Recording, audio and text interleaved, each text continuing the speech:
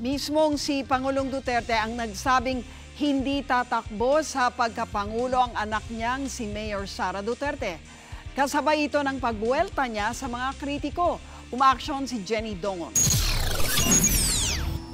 Sa kanyang talumpati sa campaign rally ng PDP laban sa Bacolod, muling ipiniliwanag ni Pangulong Duterte kung bakit may bulletproof glass sa kanyang harapan.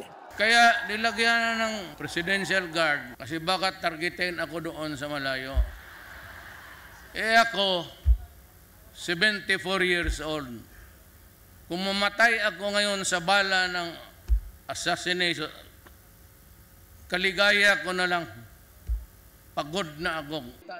Ayon pa sa Pangulo, marami ang nagagalit dahil sa kanyang kampanya kontra droga.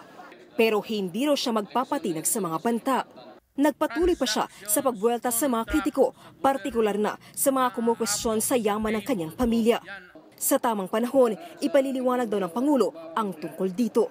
Huwag kayong maniwala sa basura ng oposisyon. I will explain it. Mayaman, taguin ko. Bakit ko sasabihin sa inyo kung saan ko nailagay?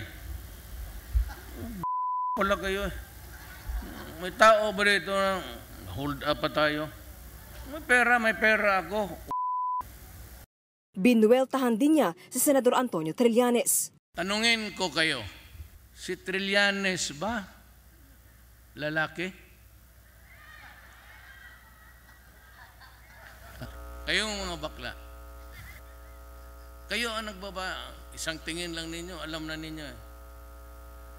Si Trillanes ba lalaki?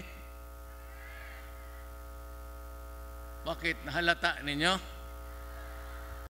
Hindi rin nakaligtas ang kritiko ng Pangulo na si Jim Paredes na umaming may sex video. Tapos itong Jim Paredes, immoral daw ako. Pinakita niya yung niya sa liit pa ganun. Yan ang mga tao nagbabatiko sa akin. Kita mo yung kalidad nila.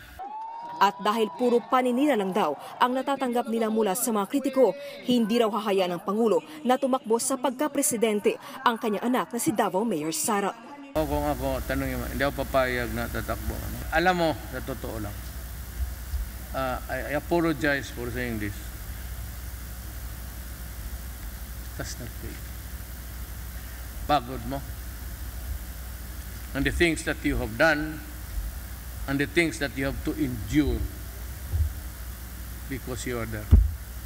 Umaaksyon, Jenny Dongon, News 5.